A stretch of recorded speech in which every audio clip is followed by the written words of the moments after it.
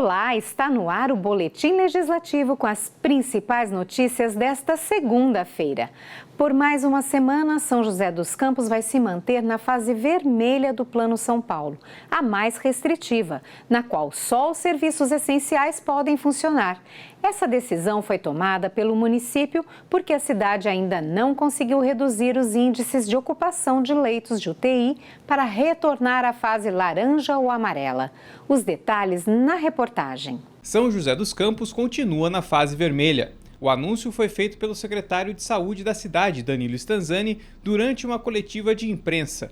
De acordo com Danilo, a taxa total de ocupação de leitos de UTI na cidade está em 76,8%, sendo que, para conseguir mudar para a fase laranja, o índice deveria estar menor que 75%. Ainda assim, segundo o secretário, os números têm melhorado. De acordo com dados apresentados na coletiva, entre o final de dezembro e o início de janeiro, os serviços de saúde do município chegaram a atender cerca de 300 pacientes por dia com Covid-19, além de uma média de 16 a 17 internações diárias. Já nesta última semana, o número de internações diárias caiu para 9. Desde o início da pandemia, a cidade registrou 38.066 casos confirmados da doença e mais de 700 mortes. Só no pico da segunda onda, em uma semana foram mais de 3.000 casos confirmados, mais que o dobro registrado no pico da primeira onda, com 1.445 notificações em uma semana. Seguindo a história, que a gente chama de história natural da doença, o tempo que leva da contaminação até o adoecer é mais ou menos isso esse tempo que leva. Então a gente está colhendo o fruto da semana anterior ao Natal. Depois da semana 2, a gente está vendo na semana 3, que foi a semana passada, e a semana 4, uma redução do número de pessoas procurando o sistema de saúde e uma discreta redução de novas internações.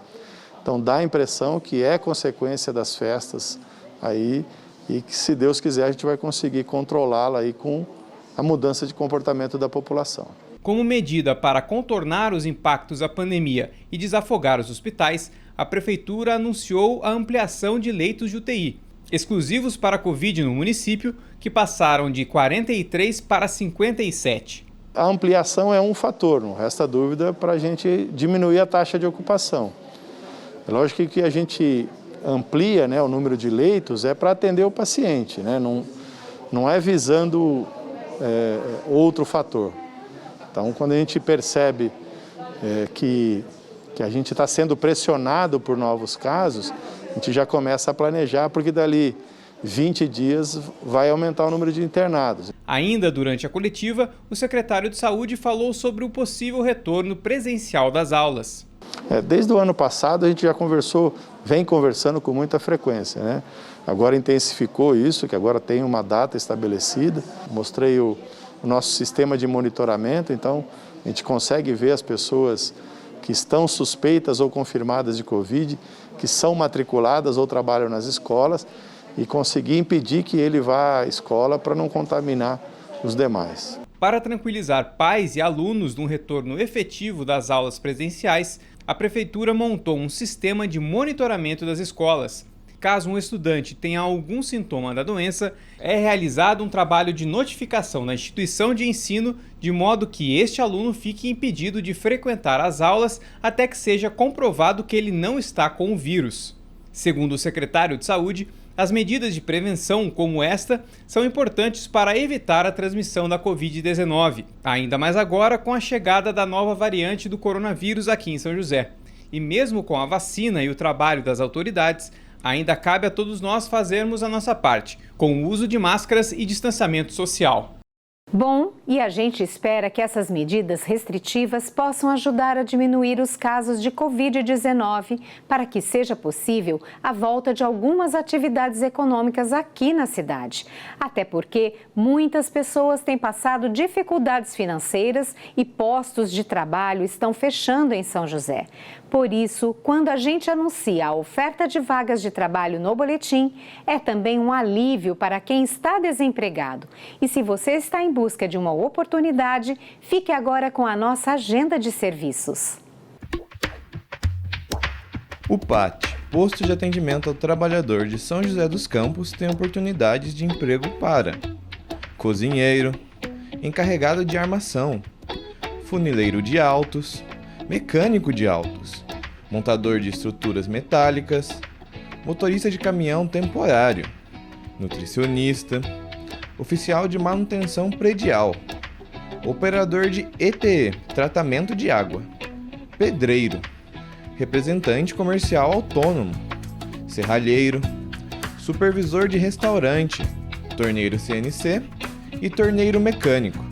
Para se candidatar é fácil, é só comparecer ao PAT, levando RG, CPF, a carteira de trabalho e o cartão cidadão. O PAT fica na Praça Afonso Pena, número 175, no centro. E os vereadores já definiram quais serão os líderes de cada partido para este novo mandato. Os nomes foram aprovados em plenário. Para quem não sabe, o líder é o porta-voz de uma coligação partidária, representando este partido aqui no Legislativo. Já ficaram definidas as lideranças partidárias da Câmara para este novo mandato. Os requerimentos com os nomes dos novos líderes de cada partido foram aprovados em plenário durante sessão e a configuração é a seguinte: o vereador Dr. Elton é o líder do MDB, Fabião Zagueiro do Solidariedade, Júnior da Farmácia do PSL. Lino Bispo vai representar o PL, Rafael Pascucci o PTB e Marcão da Academia o Democratas. Já como liderança do Partido Republicanos, o nome escolhido foi do vereador Milton Vieira Filho. Robertinho da Padaria foi nomeado líder do Cidadania, Tomás Henrique do Partido Novo e Walter Hayashi do PSC. Por fim, o vereador Zé Luiz vai representar o PSD, Renato Santiago, PSDB e Juliana Fraga, o PT. O líder de um partido é o porta-voz da coligação partidária na Câmara. Por isso, durante as sessões de terça-feira, é concedido 5 minutos a mais ao vereador líder para falar na tribuna sobre assuntos partidários. O processo de indicação dos líderes é realizado por cada partido, que apresenta à mesa diretora os respectivos nomes. Em caso de alteração nas indicações, deve ser feita uma nova comunicação. Já o líder de governo é aquele vereador que representa os interesses e posições do Poder Executivo dentro da Câmara. O nome escolhido para a função foi o do vereador Juvenil Silvério. E a gente sabe a importância da sustentabilidade no nosso dia a dia, né? E algumas ações simples de cuidado ao meio ambiente podem transformar a nossa realidade. Aqui em São José, um projeto ambiental recolhe resíduos descartados em vários bairros da cidade e destina o material recolhido a 3 pontos de compostagem. A ideia é transformar este trabalho em ações educacionais. Para qualquer pessoa, tudo que está neste balde pode parecer algo descartável, que normalmente vai para o lixo. Mas para o Lucas, esses restos de verduras e legumes retirados da feira vão servir de matéria-prima para ser usada em uma composteira. Há 6 anos, o fotógrafo se dedica ao trabalho de reaproveitar materiais orgânicos. Para ele, a compostagem também ajuda no processo de reciclagem. A compostagem ela tem uma coisa muito interessante. Além da gente estar dando o destino correto, nós vamos estar deixando a parte do reciclável muito mais limpa. Então a gente vai aumentar o reciclável também, porque muitas vezes o reciclável acaba se misturando, acaba ficando sujo. E se a gente tem essa campanha forte, direcionada para a compostagem também, a gente só vai ter ganho nas duas áreas. A compostagem também está presente na vida do Luiz Fernando. Desde que largou a carreira de gerente comercial e decidiu fundar a própria empresa, ele passa de bicicleta em 15 casas de São José durante 2 dias na semana para recolher restos de legumes, verduras, casca de ovo, pó de café e sachê de chá. Esse material recolhido é levado para 3 pontos de compostagem e, no fim de cada mês, os doadores de resíduos recebem recompensas. A gente composta esses resíduos e no final do mês a gente devolve para as pessoas a informação de quantos quilos a gente compostou, quanto de CO2 deixou de emitir, porque isso não foi para o aterro, e como recompensa 1 quilo do adubo produzido ou uma muda alimentícia. justamente para estimular esse contato com o meio ambiente novamente. Alecrim, manjericão, sálvia, a gente dá prioridade para mudas que possam ser comidas, né? Por semana, Luiz Fernando recolhe cerca de 250 quilos de resíduos, podendo chegar a 1 tonelada por mês. Para ele, o fato de todo esse material ser reaproveitado e retornar em forma de adubo para as pessoas simboliza um avanço na gerência do lixo na cidade. A compostagem é uma solução que acaba com 50% do problema do aterro sanitário. Uma vez que o nosso lixo ele é formado da seguinte forma: 50% orgânico, 35% reciclável e 15% somente que é de rejeito, que é o lixinho do banheiro basicamente, e aí realmente não dá nem para reciclar e nem para compostar. A intenção do grupo é fomentar ainda mais a ideia da compostagem em escolas e praças públicas, para que, com o passar do tempo, essa ação seja feita por mais pessoas. Eu acredito que mais dias, menos dias, isso vai acontecer num nível maior. Então, o trabalho que a gente está fazendo aqui está nos dando capacidade, informação, como fazer.